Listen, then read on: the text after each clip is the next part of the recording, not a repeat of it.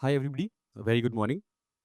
Today, I want to talk about innovation and innovation specifically in India, right?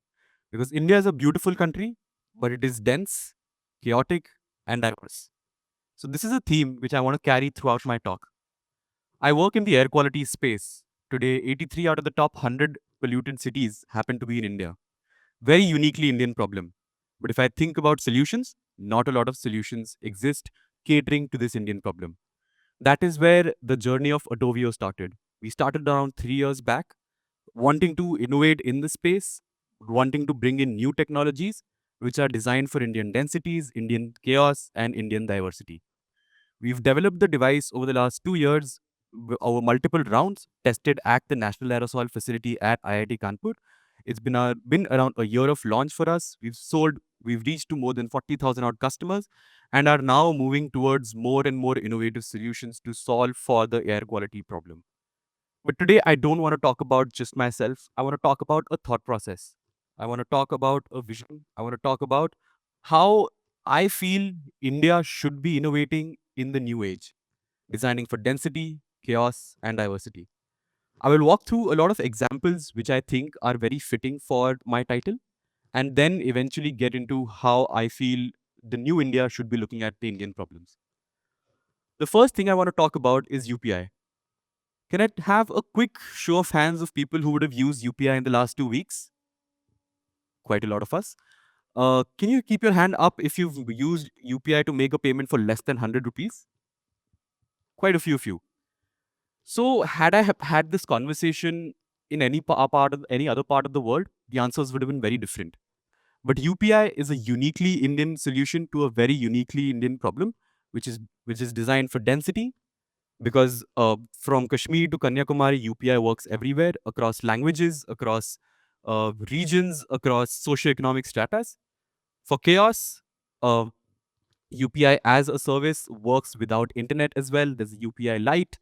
There are features which no other part of the world has, and diversity, right? It from a startup founder to a local pani puri vendor, everybody is using this UPI interface.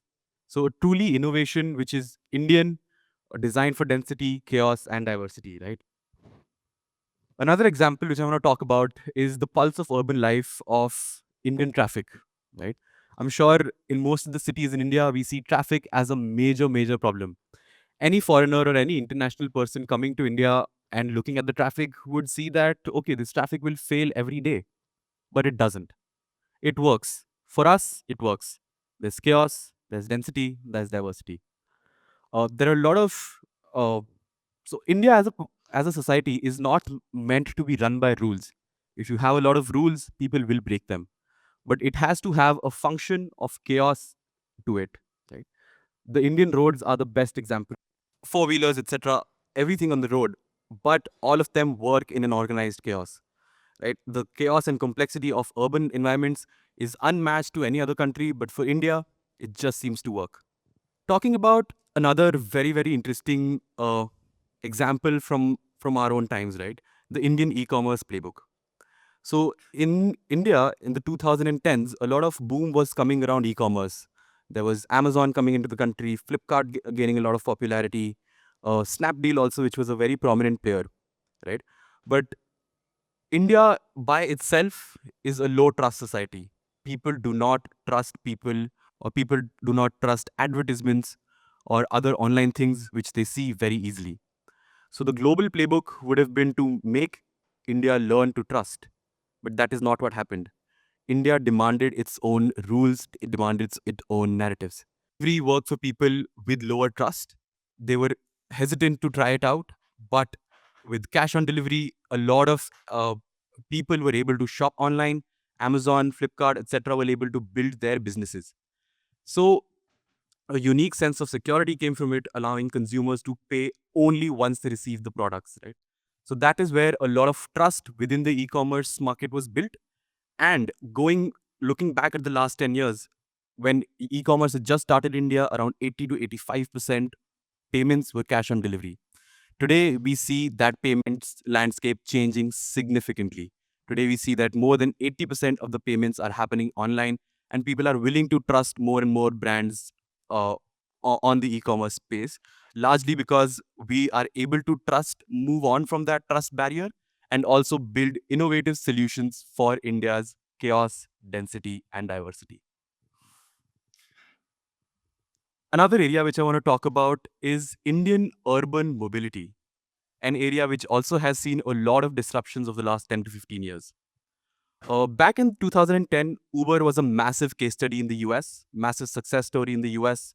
A lot of developed countries were moving to phone based cab aggregators, and they figured that, sure, India is also on the on the verge of rapid urbanization. Things like a cab and an urban mobility system will work here, right? So Uber came in back in the 2013-14 timeframe in India. They started off with the same playbook which they had in the US, a lot of making cars more accessible, making it with starting off with deep discounting, user acquisition, as well as making it easier for people to book cabs. And that they thought that they'd won the market. Looking at from a 2014 to a 2020, India was a duopoly for cab market in India. There was only two players, Uber and Ola. But we saw a surge of another player called Rapido come in. Why, if it was such a tight duopoly, why was a player like Rapido able to come in? What insight these global players and established giants were missing, that India doesn't move in cars. India is dense, chaotic, and diverse. So India has a lot of modes of transport, not just four-wheelers, three-wheelers, two-wheelers as well. A lot of peer-to-peer bike sharing was something which people wanted to do, but there was no platforms for. So Rapido came in with bite-sized, pocket-sized, pocket-friendly travel and mobility. They continued to enter the market with two-wheeler cab aggregations, dominated the auto space, and then eventually are giving Uber and Ola a run for their money in the cab space. So the takeaway from this is there might be global playbooks for a lot of problems which urban cities face in India.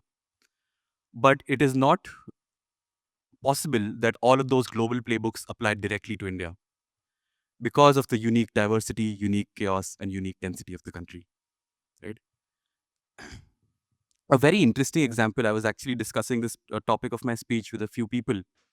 And another interesting, unique Indian concept is the concept of a missed call. Right? I'm sure a lot of people might not relate to that concept because for the last 5 or 6 years, we've had a lot of cheap internet and cheap calling. But back in the early 2000s and mid 2010s, we had a concept of a missed call. What was that? It was just a signal to tell convey a message to somebody without actually incurring any expense. A lot of telecom companies globally, but they did not see that this was a use which Indians could find out. But Indians were always very, very creative, always very, very jugaad first, always very, very driven to kind of save costs and get the best value for their money, right? So concept like missed call could only exist in India, a uniquely Indian solution to a problem which India faced. Now, we've talked about a lot of innovations, a lot of disruptions, a lot of business models which have emerged from solving for Indian problems, right? What does this teach us? This teaches us that India is not a country which is driven by rules. India is not a country which you can find a lot of order in. You just have to have a lot of resilience over perfection. If we were to anticipate that India would have perfect rules for traffic, we would not be able to solve for traffic. If we were to anticipate that India would be a perfect case study for, let's say, e-commerce, could not have been possible. We had to have a lot of resilience, find newer solutions, and find aspects which could not change the consumer behavior in India, but adapt to it. Moving on, what I wanted to talk about is India is not the exception, but a preview. What is it a preview to? A preview to a newer world.